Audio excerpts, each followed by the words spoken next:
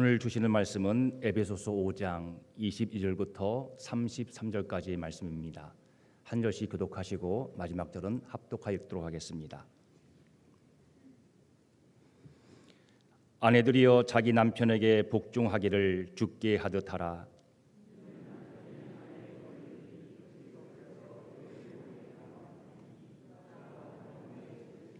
그러므로 교회가 그리스도에게 하듯 아내들도 범사에 자기 남편에게 복종할지니라.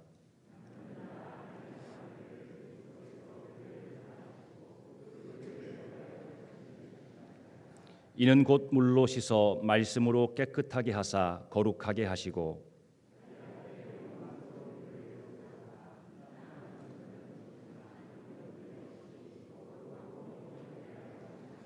이와 같이 남편들도 자기 아내 사랑하기를 자기 자신과 같이 할지니 자기 아내를 사랑하는 자는 자기를 사랑하는 것이라.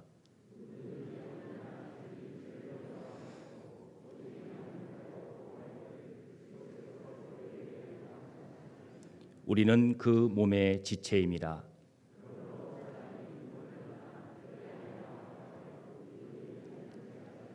이 비밀이 크도다. 나는 그리스도와 교회에 대하여 말하노라. 그러나 너희도 각각 자기의 아내 사랑하기를 자신같이 하고 아내도 자기 남편을 존경하라. 아멘. 김동일 목사님 나오셔서 평등성, 견고한 가정의 기초석이라는 제목으로 말씀을 전해주시겠습니다.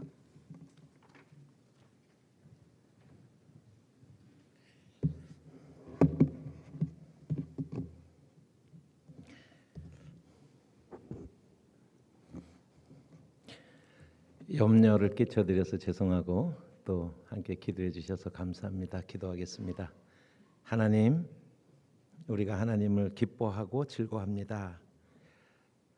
우리가 한 가정으로 모였습니다. 이 가정의 달에 온 교회가 주님이 우리에게 베푸시는 은혜로 기뻐하고 감사하며 또 어린아이들을 생각하고 또 부모님들을 생각하는 또 남편과 아내를 생각하는 그러한 일로 풍성한 한 달이 될 수 있도록 인도하여 주시옵소서. 종을 주님께서 세우셔서 공동체 일원이 되게 하시고 말씀을 나누게 하신 것을 감사함을 드립니다. 오늘 이 말씀이 우리의 마음속에 생명력 있는 살아있는 말씀이 되어져서 우리의 뼛속에 깊이 박혀지는 말씀 되게 하시고 그 말씀 듣고 또한 우리가 말씀대로 살고자 하는 결단이 일어나게 하옵소서. 예수님의 이름으로 기도합니다. 아멘. 몸은 완전히 회복이 됐는데 이게 목소리가 이게 아주 치명적이더라고요. 그래서 거의 일주일 동안 말을 안 하는 것을 목표로 해서 그래서 이제 침묵 정진하다시피 그래서 오늘 주일을 초점으로 해서 그렇게 좀 목을 관리하려고 했는데 조금 불편한 점이 있으시더라도 여러분들께서 좀 귀를 바짝 기울여서 잘 함께 듣고 말씀을 나누었으면 좋겠습니다. 오늘은 5월의 첫날입니다. 가정의 달이라고 하죠.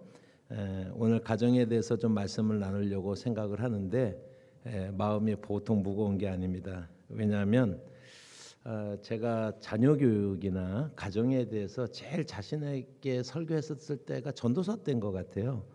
그러니까는 지금 생각하면 어떻게 건강한 가정은 이런 거고 자녀 교육은 이렇게 해야 된다고 얼마나 떠들어댔는지 지금 생각해도 무안해서 쥐구멍이 있으면은 쥐구멍으로 이렇게 도망가고 싶은 이제 그런 심정입니다. 세월이 많이 가서 애들을 셋을 낳고 애들이 사춘기도 다 겪는 것을 보고 그리고 아이들이 20대가 되고 30대가 된 지금 누가 저에게 자녀 교육에 대해서 물어본다면 잘알 못이라고 대답하고 싶어요. 잘 알지 못한다 이렇게 말하고 싶습니다. 그저 우리 성도님들이 자녀들을 잘 키워내신 그런 모습들을 보면 장하다는 생각도 하고 또 한편으로 생각하면 얼마나 참 지난한 그런 세월을 보냈을까라고 하는 그런 생각도 한편으로 하게 됩니다. 뿐만 아니라 이제 제가 7월 달이 되면 결혼 33주년이 되는데 아직도 부부가 뭔지 미로에서 아직도 실험 중에 있거든요.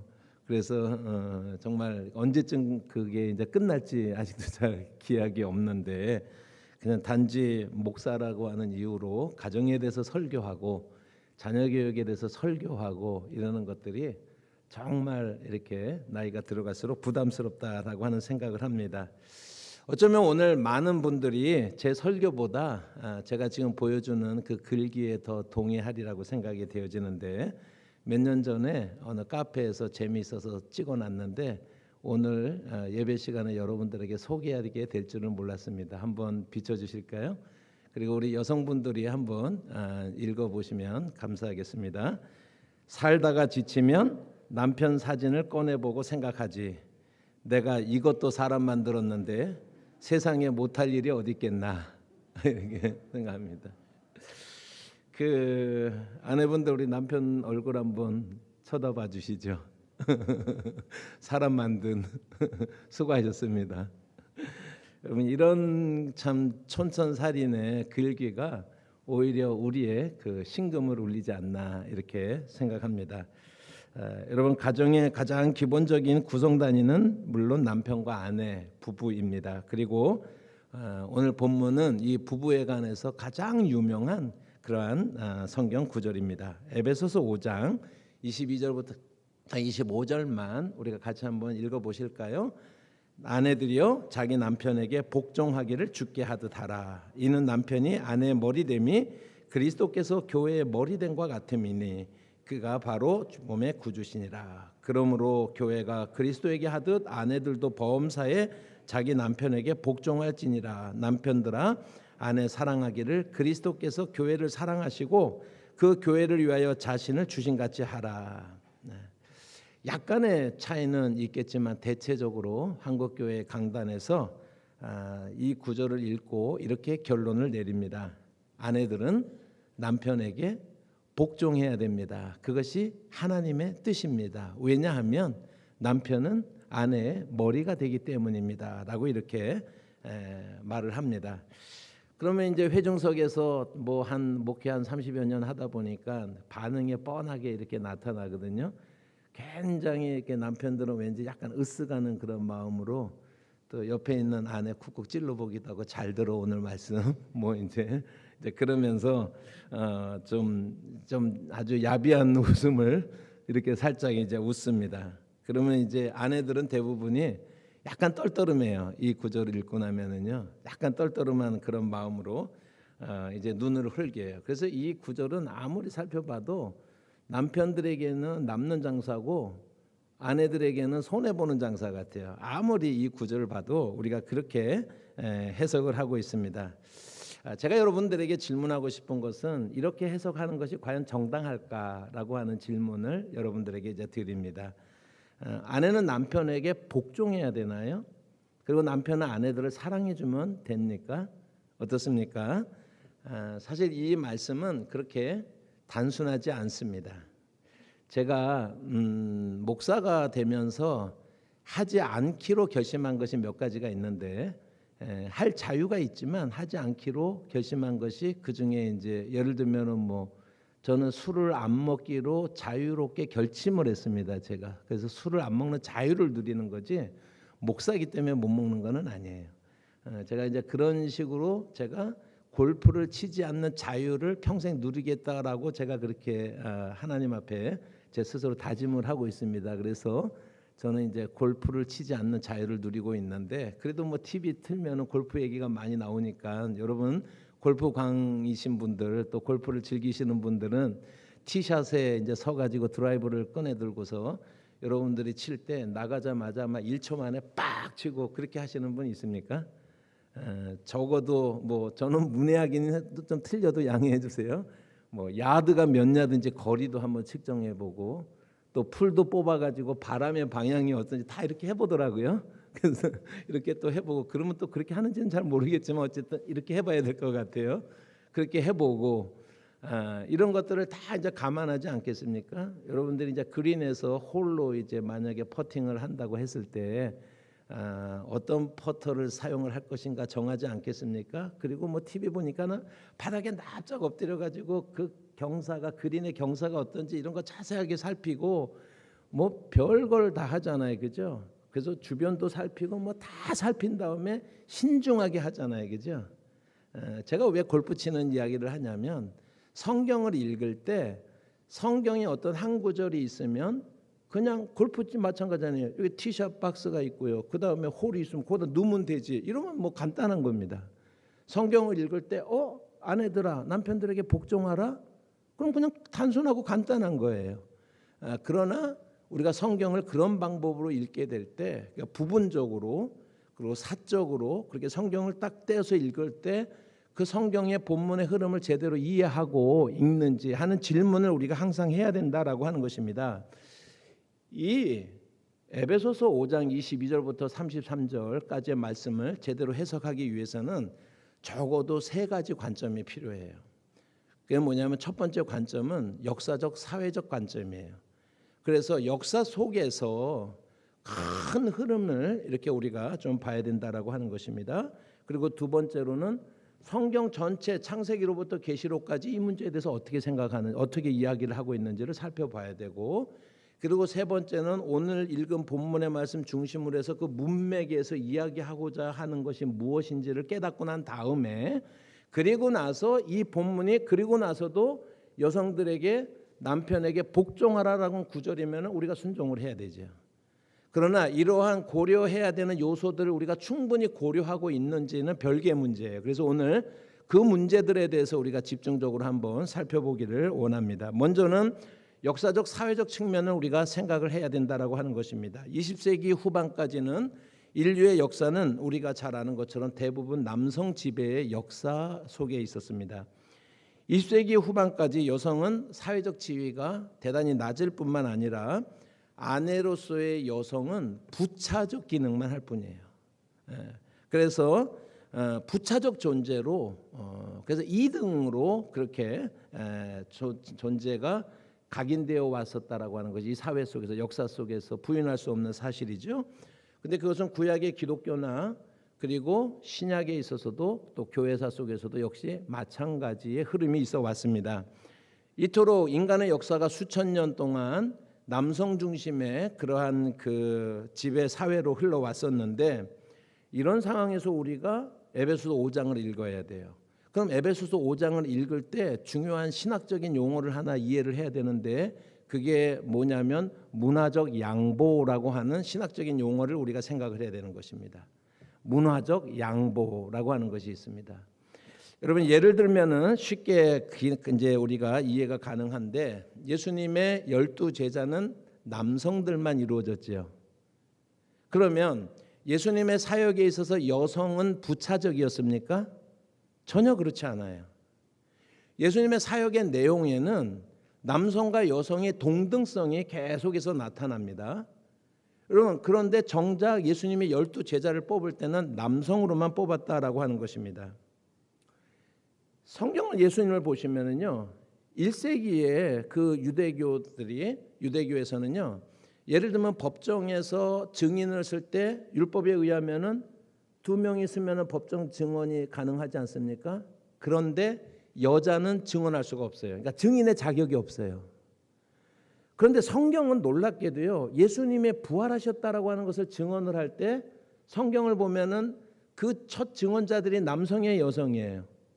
우리가 마가복음이나 마태복음이나 이런 구절을 보면은 막달라 마리아와 또 다른 마리아와 또 세베대 어머니 누구였죠? 이제 그러한 그 세 사람의 여성의 이름이 등장을 하고 있거든요.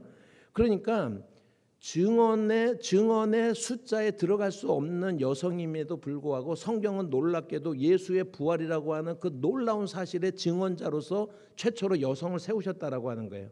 그리고 여성과 남성을 동등하게 예수님께서 동역하시고 사역하시고 그들을 가르치시고 그렇게 했었다라고 하는 것을 우리가 잘 알고 있습니다.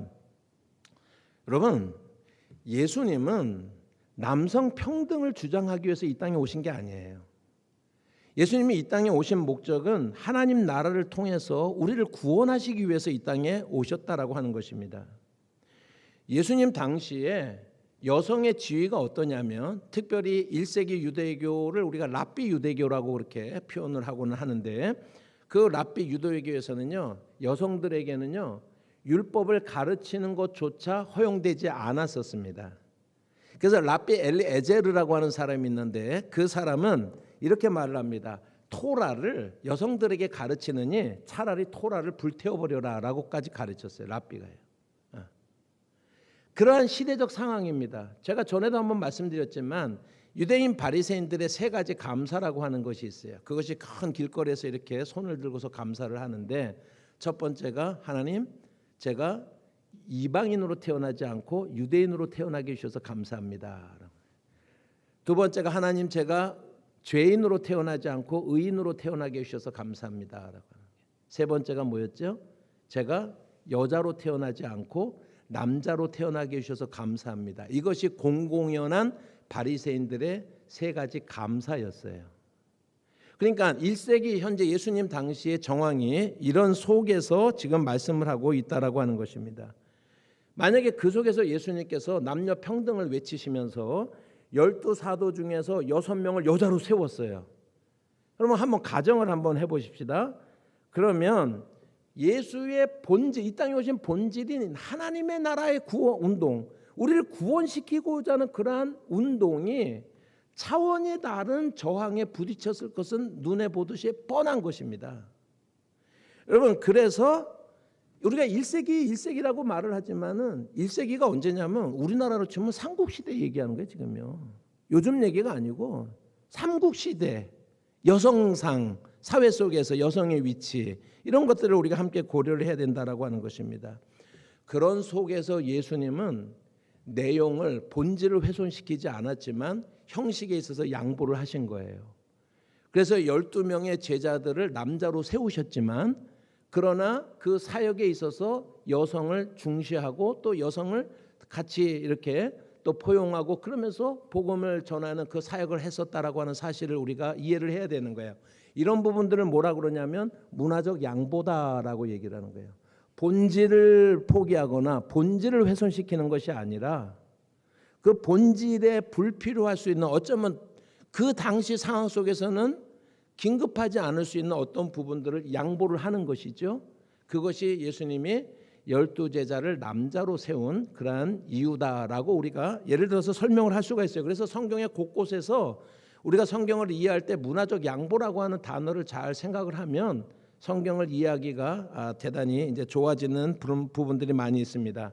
첫 번째로 제가 고려해야 될, 에베소서 5장을 해석을 하는데 고려해야 될 대상은, 핵심이라고 하는 것은 에베소서 5장을 읽을 때 남성 중심의 시대라고 하는 그러한 역사적인 사회적인 그러한 맥락 속에서 문화적 양보라고 하는 단어를 생각을 하면서 이 구절을 읽어야 된다라고 하는 것이 첫 번째 제가 말씀을 드리는 것입니다. 두 번째로 우리가 성경 전체에 대해서, 성경 전체에서는 과연 아내와 남편에 대해서 무엇을 얘기하고 있는지, 그러니까 전체 성경의 방향, 전체 성경의 흐름은 남성과 여성이, 남성 젠더 문제가 아니라 아내와 남편에 대해서 제가 좀 국한해서 이렇게 좀 말씀을 드리겠습니다.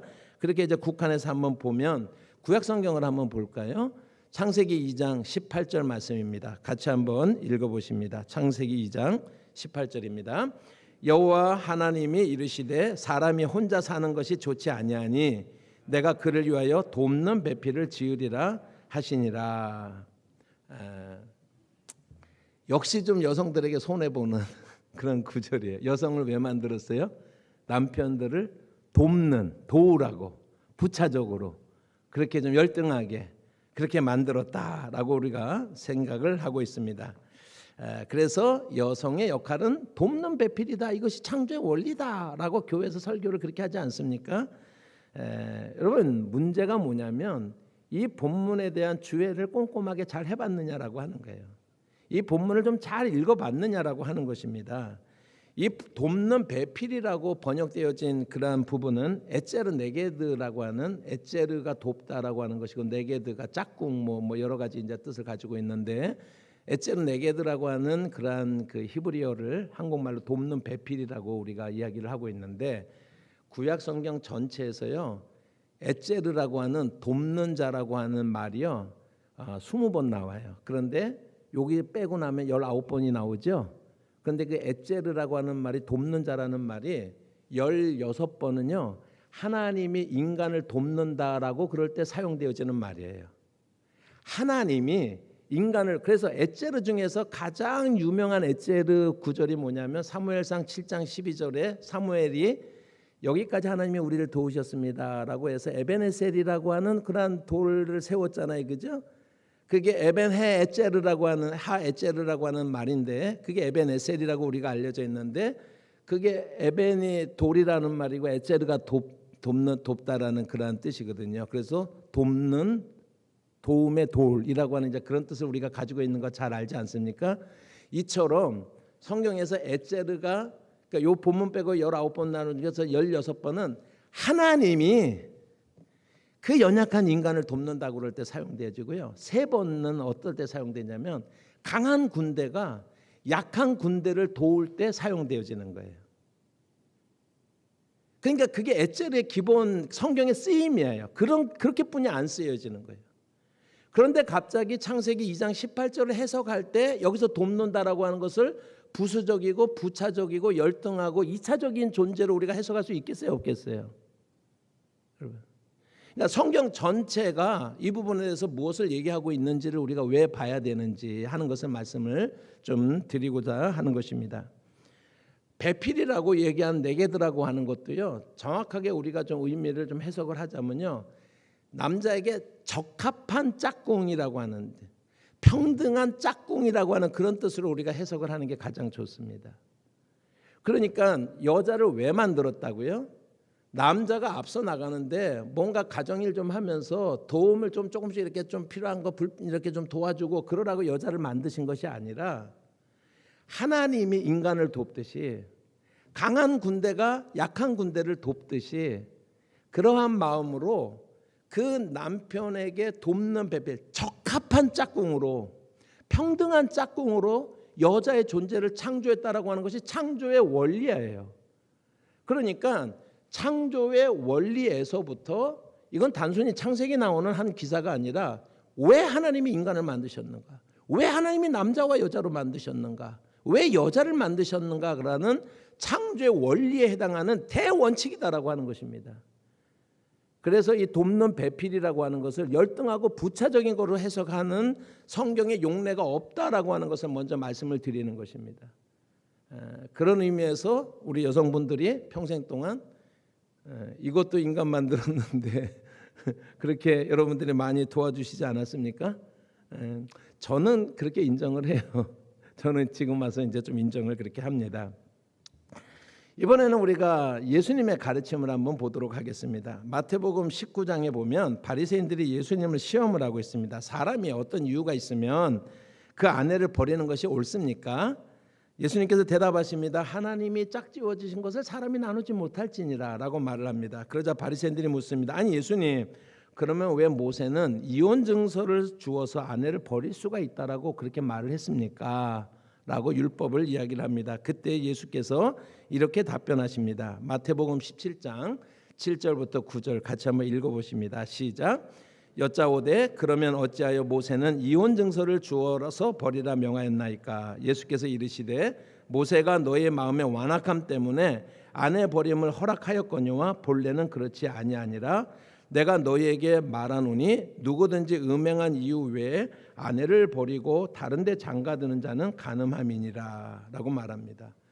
그러니까 바리새인들의 질문에 대해서 예수님의 답변은 모세에게 이혼 증서를 써주라라고 말한 것은 오늘 제가 설명하는 이야기로 하면 문화적 양보가 들어가 있다는 얘기예요. 그 말 속에 문화적 양보가 그 말 속에 들어가 있다라고 하는 것입니다. 고대의 여성들은요 이혼을 당하거나 그렇게 되면은요 생활하기에 살아갈 길이 없습니다. 살아갈 길이 없습니다. 여러분, 그러니까 여기 계신 세대만 하더라도 많은 분들이 그런 경험을 했겠지요.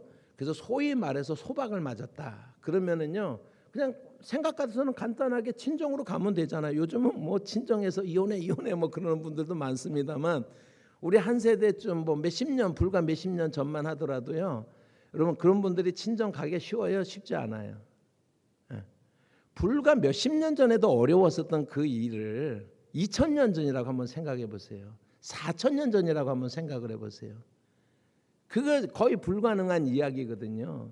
그래서 너희의 완악함 때문에 남성 지배사의 이 완악함 때문에 문화적 타협으로 이혼을 허용은 하지만 여기에서 이혼 증서를 써줘라라고 이렇게 말씀하고 있습니다. 이 이혼 증서가 세페드 크리투트라고 하는 그런 것인데요. 요즘도 유대인들은요, 유대인들 중에서 한 70%는 무신론자인 거 아셔야 돼요, 여러분들. 그래서 유대인들 중에서 구약의 하나님을 믿는 사람들은 한 30% 정도 그 사람들을 종교인이라고 말을 해요, 따로요, 그냥요. 그래서 유대인들이 종교인 그러면 구약의 하나님, 유대교를 믿는 사람들이라는 말이고, 그냥 종교인이라는 말을 안 붙이면은 일단은 하나님을 안 믿는 사람, 무신론자들을 의미합니다. 그런데 종교인들은요, 이혼을 할 때 법정에 가서 이혼을 하잖아요. 그러면 랍비를 찾아가지고 반드시 세페르 크리투토를 받습니다. 그 이혼 증서를 다시 받아요. 그럼 그게 무슨 의미가 있냐면, 이 이혼 증서를 가지고 있는 세페르 크리투토를 가지고 있는 여성은 정당하게 재혼이 가능한 거예요. 그러니까는 사회적으로 다시 이 사람이 살아갈 수 있는 그런 길을 제시를 해주는 겁니다. 그래서 예수님이 이렇게 말씀해요. 내가 모세에서 그에게 그 말을 한 것은 너의 완악함을 내가 고려하기 때문에, 그러기 때문에 내가 이혼을 허락하는 문화적 양보가 있었지만, 그렇지만 그 가운데서 세페드 크리투트를 두어서 그 여성들이 살아갈 길을 열어주는 것이, 그게 성경이 함무라비 법전이라든지 다른 수르남루 법전이라든지 그런 고대 법전들하고 성경이 다른 점들이 이런 점들에게 있는 것입니다. 그래서 문화적 양보라고 하는 그런 상황이 말하고 있는 것은, 그래서 예수님 말해요. 내가 진짜 말하고 싶은 것은 뭐냐면 이혼하지 말라는 거야 라고 얘기를 하는 거예요, 지금요. 그래서 어떤 남편이 부인이 간음한 연고 이외에 이혼을 하잖아요. 그런데요, 이 모세에게 주어진 그 율법을 악용을 해서 세페르 크리투트를 틱 던져주고 나면은요, 거의 무제한으로 남성들이 이혼할 수가 있었습니다. 예수님과 동시에 랍비들 중에서 좀 이렇게 원칙주의자가, 근본주의적인 원칙주의자가 샴마이라고 하면은 약간 자유주의자가 힐렐인데, 힐렐은 어떤 경우에 이혼을 할 수 있는지를 정식으로 이렇게 적어놨습니다. 남편의 눈에 아내가 이미 늙어서 아름답지 못하면 이혼할 수 있다. 남편의 눈에 아내가 내가 더 이상 당신 이쁘지 않아, 그럼 이혼할 수 있다라고 하는 것입니다. 빵을 굽다가 빵을 태우면 이혼할 수가 있다. 음식을 하다가 음식 냄새를 지독하게 내서 남편이 그걸 싫어하면은 이혼할 수 있다라고 하는 것입니다. 여러분, 그리고 그것은 힐렐뿐만 아니라 유대교의 그 이제 미슈나법이라고 유대교인들이 다 그렇게 이제 1세기 그 랍비 유대교에서 지켜지는 것이 뭐냐면, 부부 싸움을 하다가 우리 끝장이야, 이혼해, 이런 거 3번 말하잖아요. 그럼 반드시 이혼해야 되는 거예요. 반드시 이혼해야 되는 것입니다. 그러니까 그 인간의 연약함 때문에 문화적 양보로서 이혼을 허락을 했는데, 사람들은 그걸 또 악용하는 거죠. 유대교인들이, 하나님을 믿는 사람들이 악용을 하고 있는 것입니다. 그래서 성경이 이렇게 말하는 것입니다. 너희가 부인이 은행한 연고 이외에 다른 어떤 이유로 이혼을 한다면 그것은 간음하는 거야 라고 얘기하는 거야. 아주요. 그건 간음하는 짓이야 라고 얘기를 하는 것입니다. 그러니까는 여기에서도 예수님의 가르침 속에서도 부부관계에 있어서 남편과 아내의 평등성이 드러나고 있죠. 이 속에서도요. 차별을 두고 바라보는 것이 아니에요. 여러분, 신약의 서신들을 한번 보면 바울의 동역자들 중에서 아주 유명한 브리스길라와 아굴라라고 하는 사람이 있습니다. 여러분 잘 아시죠? 로마서 16장 3절과 4절의 말씀을 보시면 브리스길라와 아굴라에 대해서 이제 로마서 16장에서는 인사말, 마지막으로 이제 바울이 여러 로마에 알고 있는 사람들한테 인사를 하지 않습니까? 근데 3절과 4절에 보면은요, 브리스길라와 아굴라에게 내 안부 꼭 전해줘, 그렇게 말하면서 이렇게 말을 하고 있습니다. 그들이, 브리스길라와 아굴라가 바울을 위해, 나를 위해서 자신들의 목숨까지도 내어놓았던 사람들입니다. 그분들에게 꼭 제 안부를 전해주세요 라고 그렇게 말씀을 하고 있는 것입니다. 그러니까 브리스길라와 아굴라는 신실한 그리스도의 제자였고 바울의 동역자였고, 또 전승에 의하면 이 두 부부가 순교를 당합니다. 그래서 천주교에서는 제가는 뭐 그런 걸 믿지는 않지만 천주교에서는 7월 8일을 브리스길라와 아굴라의 축일로 그렇게 지내고 있어요. 그러니까 천주교가 그렇게 한다라고 하는 것입니다. 제가 말씀드리고자 하는 핵심은 뭐냐면 이렇게 훌륭한 예수님을 따르는 훌륭한 두 제자가 사도 바울의 이렇게 귀한 동역자가 성경에 6번 등장해요. 브리스길라와 아굴라라고 하는 말이 6번 등장하는데 4번이 브리스길라인 아내를 먼저 얘기하고 아굴라를 두 번째 나중에 얘기하는 거예요. 어느 한쪽이 부족해서가 아니고 둘 다 훌륭한 하나님의 예수 그리스도의 제자인데 4번을 브리스길라와 아굴라, 2번만 아굴라와 브리스길라라고 이렇게 2번만 얘기를 하고 있다라고 하는 것입니다. 그러니까 성경 자체에서 이런 부분들이 여성과 남성, 남편과 아내를 차별하고 있지 않다라고 하는 것을 보여주고 있다라고 하는 것입니다. 여러분, 한국 교회가 무비판적으로 수용하고 있는 그런 문장이 있습니다. 그게 뭐냐면 아버지가 한 집안의 제사장입니다. 여러분, 축복권을 가진 아버지가 자녀들을 위해서 기도해야 됩니다. 여러분, 한 10년쯤 전에 많이 동원됐죠, 이 구절 하에서. 여러분들이요, 네? 남편들이 집안의 제사장이기 때문에 그래서 남편들이 자녀들을 위해서 축복하고 3대가 복을 받기 위해서는 새벽에 뭐 2시부터 와가지고 이거를 해야 되고 많이 그렇게, 심지어는 가정사역을 하는 사람들이 그런 이야기를 해요. 가정사역을 하는 사람들조차도 그런 얘기를 하는 것입니다. 여러분, 이 말이 맞을까요? 남편이 가장이고 여성을 돕는 자세로 순종해야 된다라고 하는 가부장적인 윤리는요, 그거는 유교 아닙니까? 그게 무슨 기독교하고 무슨 관계가 있죠? 오늘날 가정사역자라고 하는 사람들도 서슴지 않고 이렇게 얘기를 하는 거예요. 집안에 남편이 아버지가 제사장입니다. 그러면 이분들이 또 고백을 해요. 네, 맞습니다. 내가 제사장입니다. 라고 고백을 해요. 신앙이 이제 그렇게 신앙이 이렇게 좀 이렇게 올라가는 거는 좋은데, 단어가 갑자기 생각 안 나네요. 예. 이게 올라가는 거, 고양되는 거는 좋은데, 여러분, 그러나 본문은 철저하게 생각을 해야죠. 아무 말 하고서 맞습니다, 은혜 받았습니다, 그러면 되겠냐라고 하는 것입니다. 제가 질문을 하나 드릴게요. 저는요, 아버지가 살아야지 가정이 산다라고 하는 말에 100% 동의를 해요. 100% 동의합니다. 그런데 여러분, 아버지가 제사장입니다라고 하는 말은 대단히 불편해요. 제가 예를 하나 드릴게요. 여러분 한번 생각해 보세요. 제가 목사잖아요. 갑자기 여러분들 앞에, 여러분, 내가 여러분들의 제사장입니다. 여러분, 불편해요, 안 불편해요? 제가 여러분들의 제사장입니까? 불편해요, 안 불편해요? 제사장, 실제로 어이없지만은요, 이런 목사들이 있습니다. 그게 뭐냐면 제사장이기 때문에요, 성경의 원리에 따라서, 구약의 율법을 따라서요, 교회 11조의 11조를 사례를 받아야 된다고 그래요. 왜냐하면 제사장이기 때문에 그래요. 율법에 의하면 제사장들은 처녀 장가를 가게끔 되어 있거든요. 반드시요. 그래가지고 제가 미국에 있을 때요, 4번 이혼하고 5번 결혼을 한 목사님이라고 부질까 말까, 뗄까 말까, 그런 분이 있는데 꼭 처녀 장가를 주장을 해요.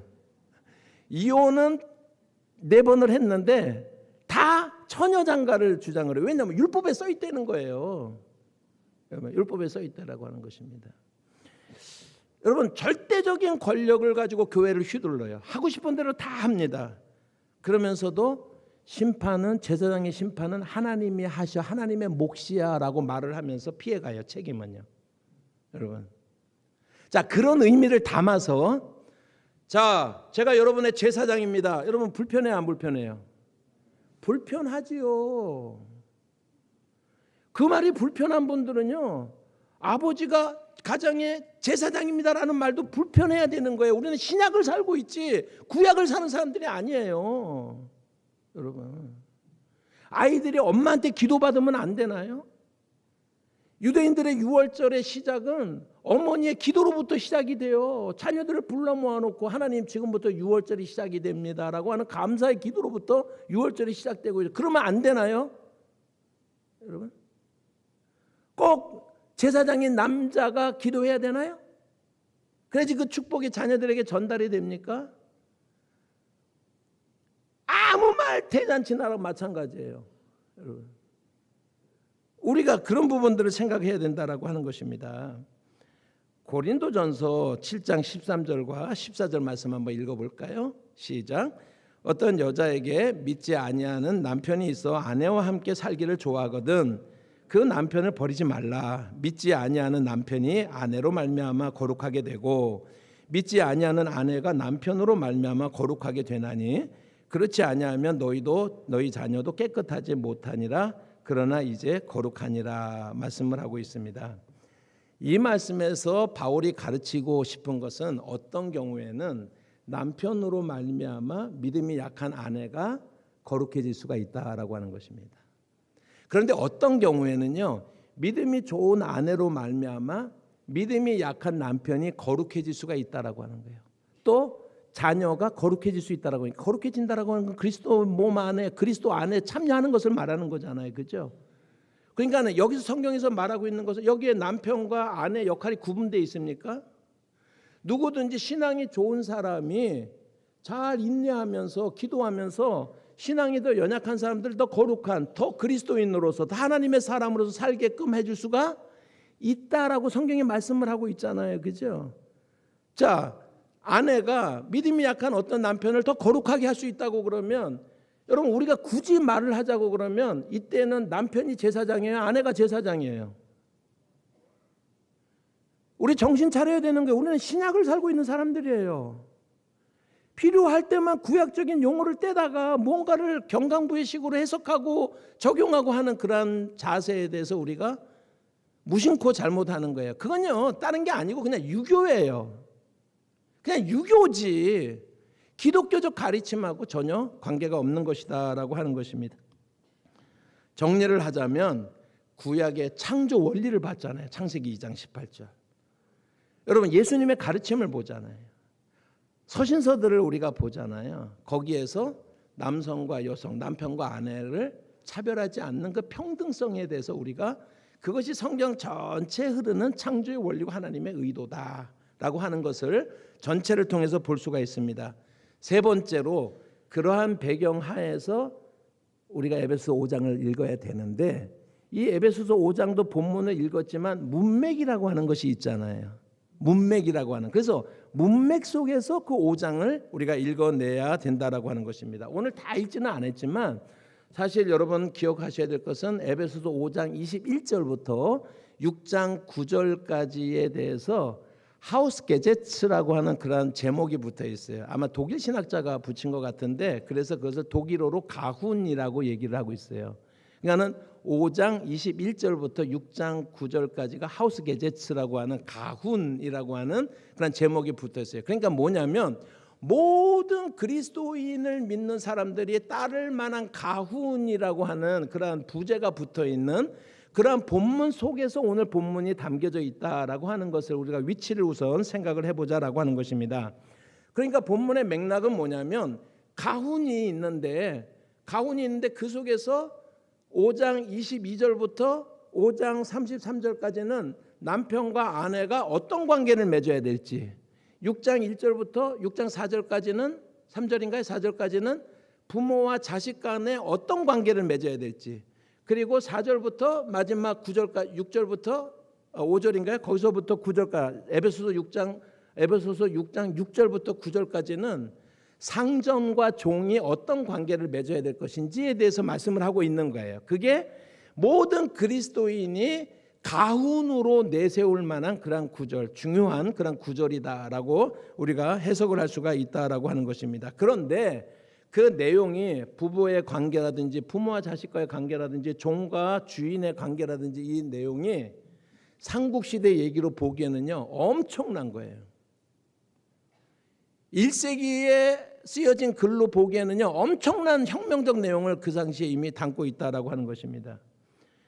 여러분 이 성경을 우리가 돌아가서 문맥을 보기 위해서 보면 원래 15절부터 문맥이 시작돼야 되지만 18절부터 제가 여러분들에게 설명을 좀 드리겠습니다. 에베소서 5장 18절 말씀 볼까요? 술 취하지 말라. 이는 방탕한 것이니 오직 성령으로 충만함을 받으라. 우리 너무나 유명한 구절이죠. 자, 에베소서입니다. 1절부터 3절까지는 신앙의 원리에 대해서 제공을 하고 있고 4장부터 6장까지는 삶의 원리를 제공하고 있습니다. 이 복음의 말씀을 들은 여러분들은 이렇게 사십시오라고 하는 문맥 속에 들어가 있는 그런 이제 구절이라고 하는 것입니다.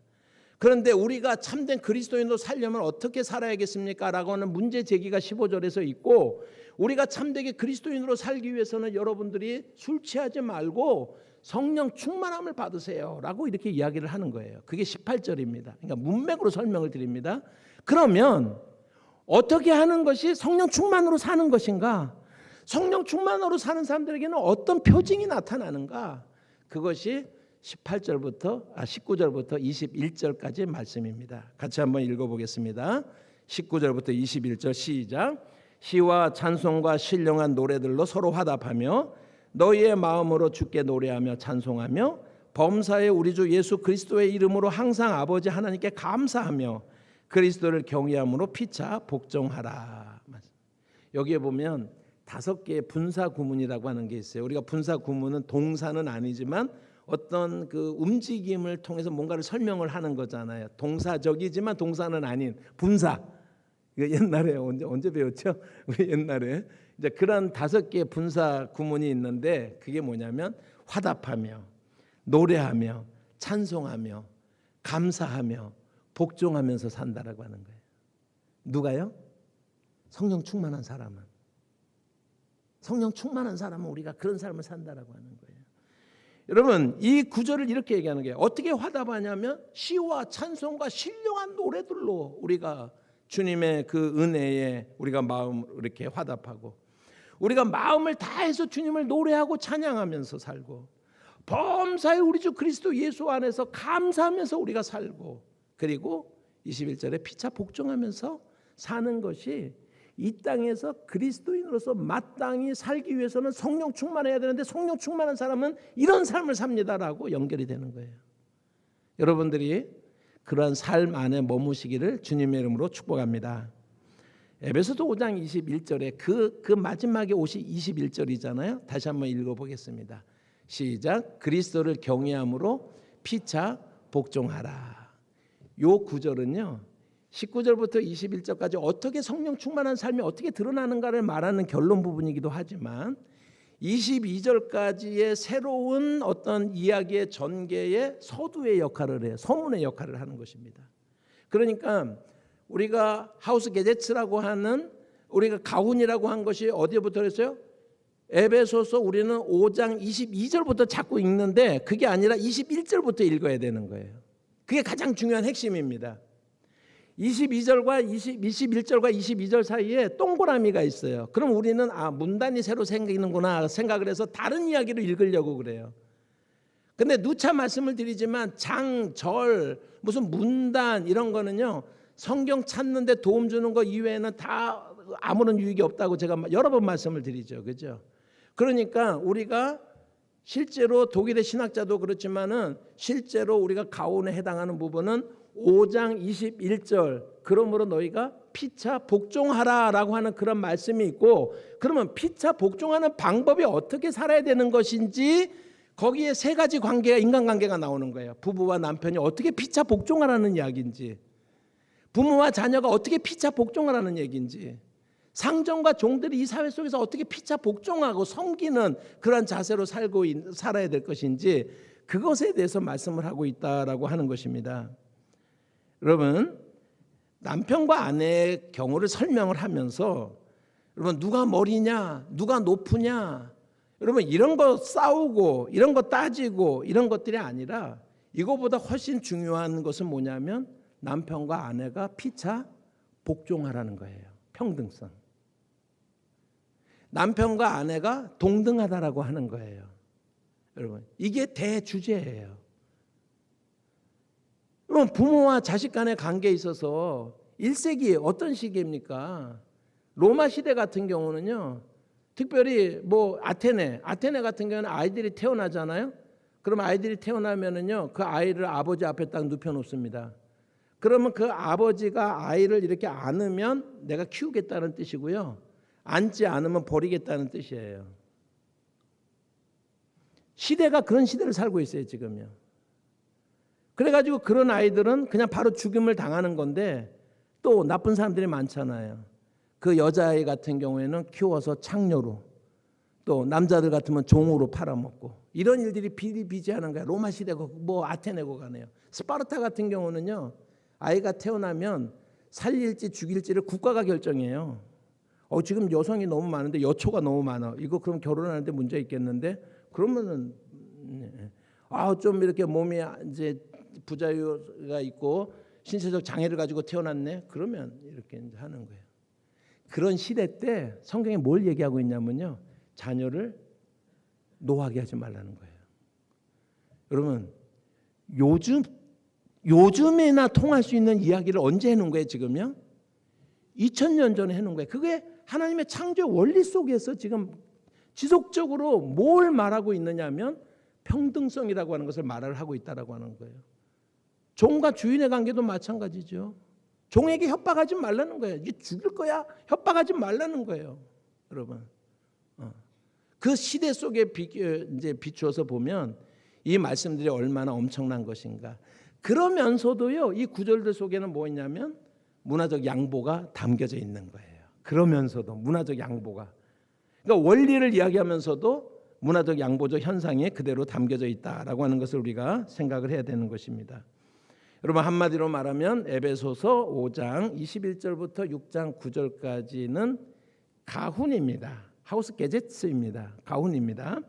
구체적으로 우리가 그러면 원문하고 좀 비교해서 한번 제가 살펴보려고 그래요. 에베소 5장 22절 말씀 한번 보시기를 바랍니다. 제가 개역 개정판을 위에다 소개했고 밑에 원문으로 직역을 제가 해놨습니다. 개역 개정판에는 아내들이요 자기 남편에게 복종하기를 주께 하듯 하라. 그런데 원문에 보니까 복종하기들이 있어요, 없어요? 성경에 없는 얘기예요. 아시겠어요? 원문에 없어요. 그 얘기가요. 24절 말씀 한번 또 볼까요?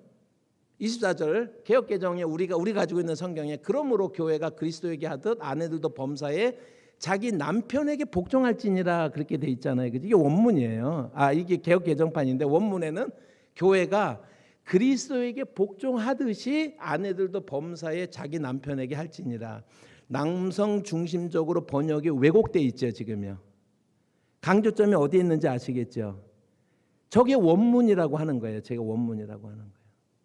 그러니까는 남성 중심적 사회에서 그냥 무심코 아니면 남성성을 강화시키기 위해서 이 본문을 의도적으로 왜곡해서 그렇게 해서 번역했다라는 걸 알 수가 있어요. 이 본문이요.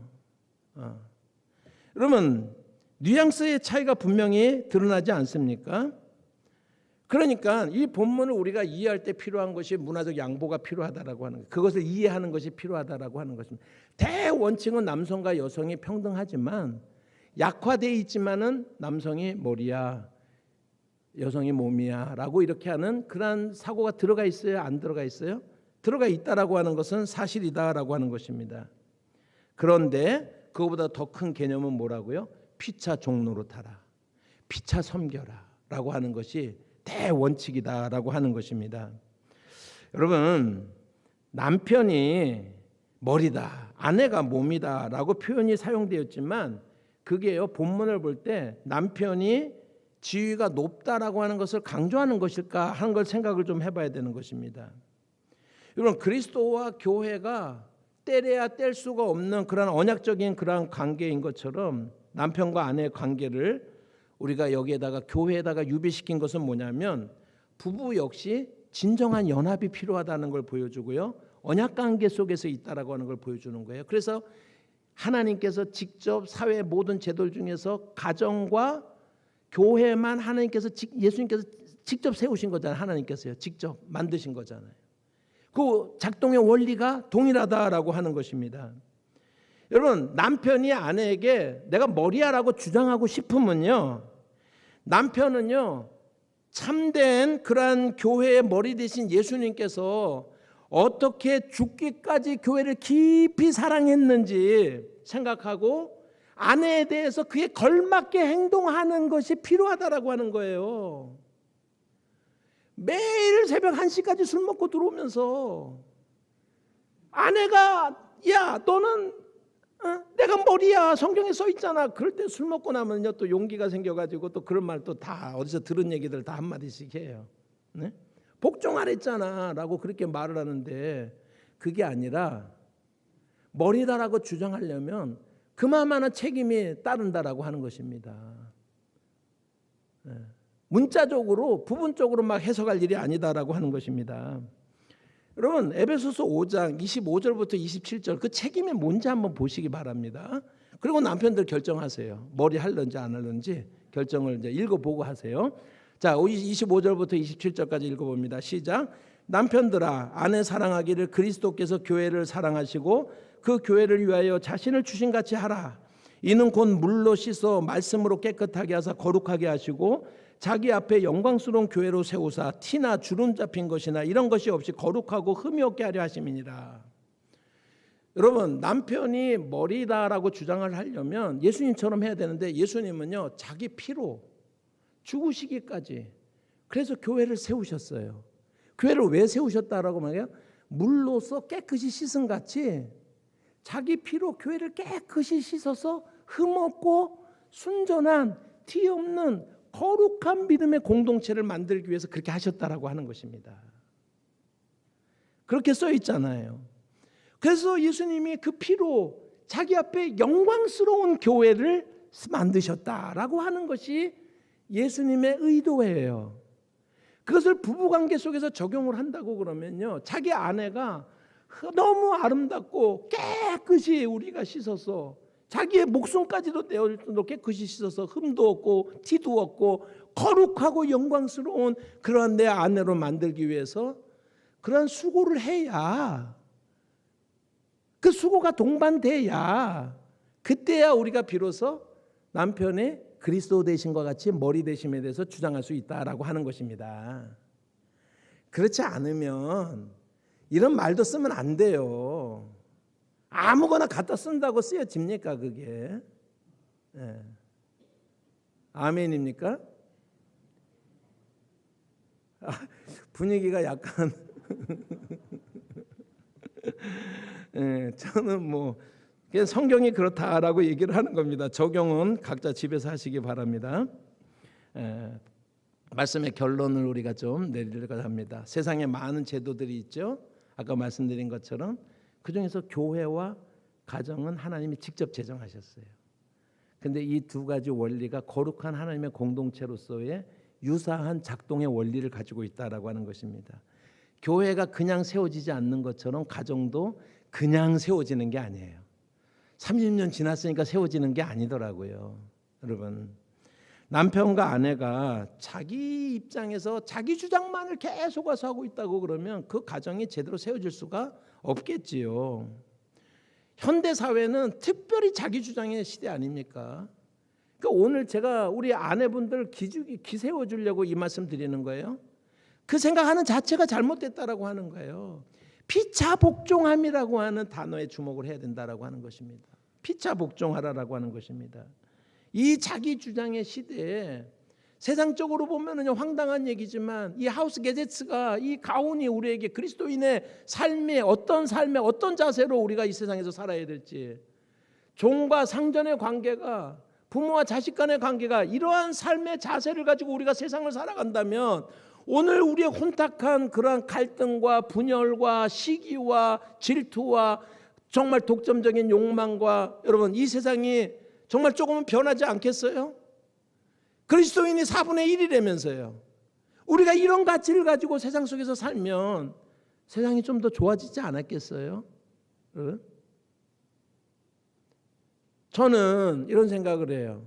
30년 전에 제가 이 구절을 더 잘 해석할 수가 있었더라면 제 삶이 어땠을까라고 하는 생각을 한번 해봅니다. 지나간 과거는 어떻게 할 수가 없지만 오늘 이 순간부터 우리의 가정 속에서 서로 복종함의 이 원리가 작동되기를 주님의 이름으로 축복합니다. 여러분, 남편을 한번 쳐다보시기를 바랍니다. 안 계신 분들은 마음속으로 생각해 보세요. 불쌍하고 안쓰럽지요? 일부 예배 때 보니까 남자들이 네 그러더라고요. 아니 부인들에게 불쌍하고 안쓰럽죠 물어봤는데 남성들이 네 그러더라고요. 여러분 남편들에게 부탁을 드립니다. 맨날 남의 편만 들지 마시고, 어?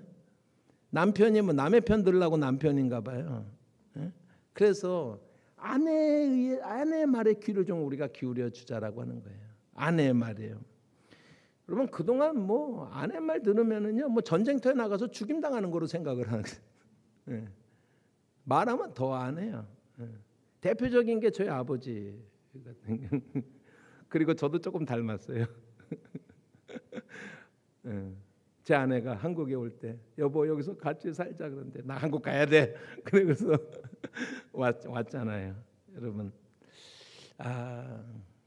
제가 이제 아내에게 잘해줄 그런 계획을 여러 가지로 마음으로 이제 만나기만 해봐라 잘해줄게 그렇게 결심은 하고 있습니다만 잘 모르겠습니다. 여러분 그 아내를 쳐다보면서 너무 고맙잖아요. 너무 귀하잖아요. 여러분 제가 마지막으로 이 말씀을 좀 드릴게요. 제가 가끔 이제 주례를 하게 되면 한국에서는 아직 주례를 서지를 안 했지만은 주례를 하고 나면 꼭 젊은 부부들에게 하는 소리가 있습니다. 그게 뭐냐면 각자는 서로를 위해 사십시오. 서로는 주님을 위해서 사십시오라고 얘기를 합니다. 남편은 아내를 위해서, 아내는 남편을 위해서 사십시오. 그러나 그렇게 이루어진 가정은 부부는 주님을 위해서 사십시오라고 그렇게 꼭 권면을 합니다. 우리 제가 한번 말씀을 하면 여러분 따라해 보시고 말씀을 마치도록 하겠습니다. 각자는 서로를 위하여, 서로는 주님을 위하여 살제. 네, 우리가 그러한 가정의 달 한 달 동안에 우리가 그러한 이벤트로 풍성한 한 달이 되기를 바라며 우리의 삶의 자세가 바뀌어지는 그런 가정들이 되어지시기를 축복합니다. 기도하겠습니다. 하나님께서 우리에게 주시는 말씀을 우리의 마음에 잘 새깁니다. 창조의 질서를 배웠습니다. 하나님, 유교가 우리 한국 교회 안에 얼마나 깊숙이 또 잘못된 그러한 제사상적인 어떤 이상한 성경에 근거도 없는 말도 안 되는 그러한 구호들이 난무하는, 그래서 유교를 더 강화시키는 그러한 교회 안에 모든 문화와 풍조들이 다 사라지게 해주시고 주님의 창조의 질서의 원리를 따라서 부부간에 정말 건강하고 아름다운 그러한 평등성의 기초 위에 잘 세워져가는 그러한 교회가 되어지고 또 그런 가정이 되어지고 또 그 가정을 통해서 우리의 자녀들이 또 본을 받을 수 있도록 성령님 인도하여 주시기를 간절히 바라고 원합니다. 감사드리고 예수님의 이름으로 기도합니다. 아멘.